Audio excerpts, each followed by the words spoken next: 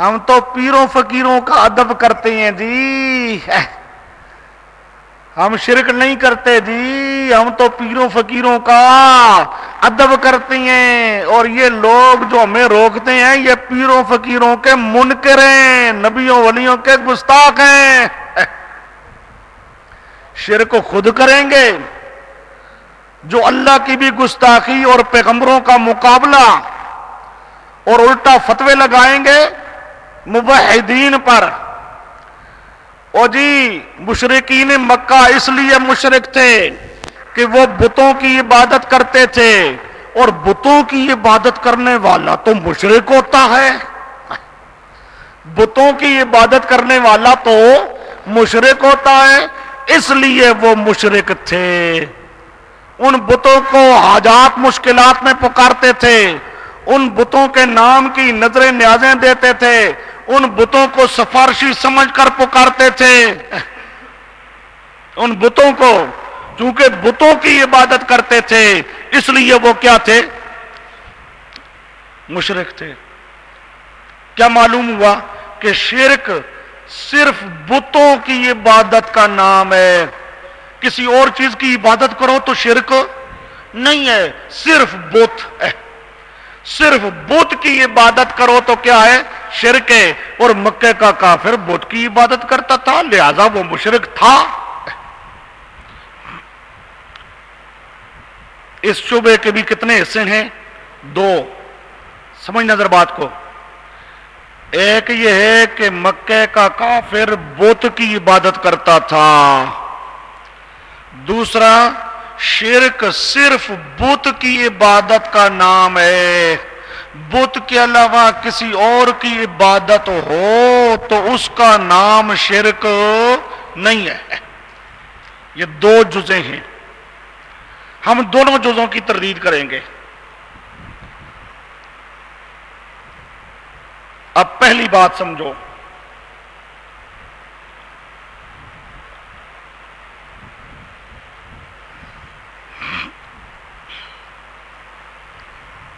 مشرکین مکہ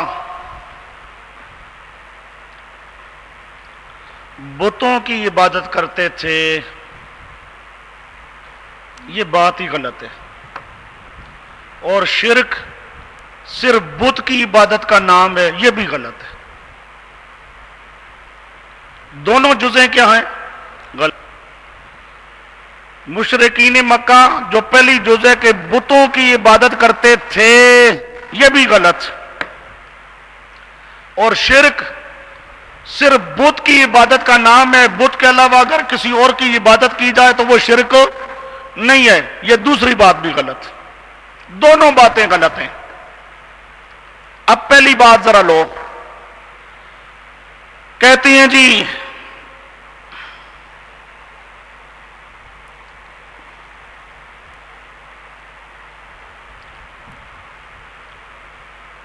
مشرک صرف بتوں کی عبادت کرتے تھے، ہم کہتے ہیں یہ بات غلط ہے۔ بتوں کی عبادت نہیں کرتے تھے، وہ بھی بزرگوں کی عبادت کرتے تھے۔ ہاں، بزرگوں کی عبادت بصورت بت بنانے کے، عبادت بزرگ کی بصورت اس بزرگ کی تصویر، اس بزرگ کا فوٹو، اس بزرگ کا بت، عبادت بزرگ کی ہوتی تھی، عبادت اس تصویر کی نہیں ہوتی تھی، بت کی عبادت نہیں ہوتی تھی۔ اصل میں عبادت کس کی ہوتی تھی؟ بزرگ کی۔ یہی وجہ ہے مثلا لات کا بت ہے، اب جس پتھر پر لات کی شکل ہے اس پتھر کی عبادت کرتے تھے۔ اگر لات کی بزرگ کی شکل نہ ہو، عزا کی شکل نہ ہو، ابراہیم علیہ السلام کی شکل نہ ہو، اسماعیل علیہ السلام کی شکل نہ ہو، ویسے کوئی پتھر پڑا ہو تو کسی پتھر کی وہ عبادت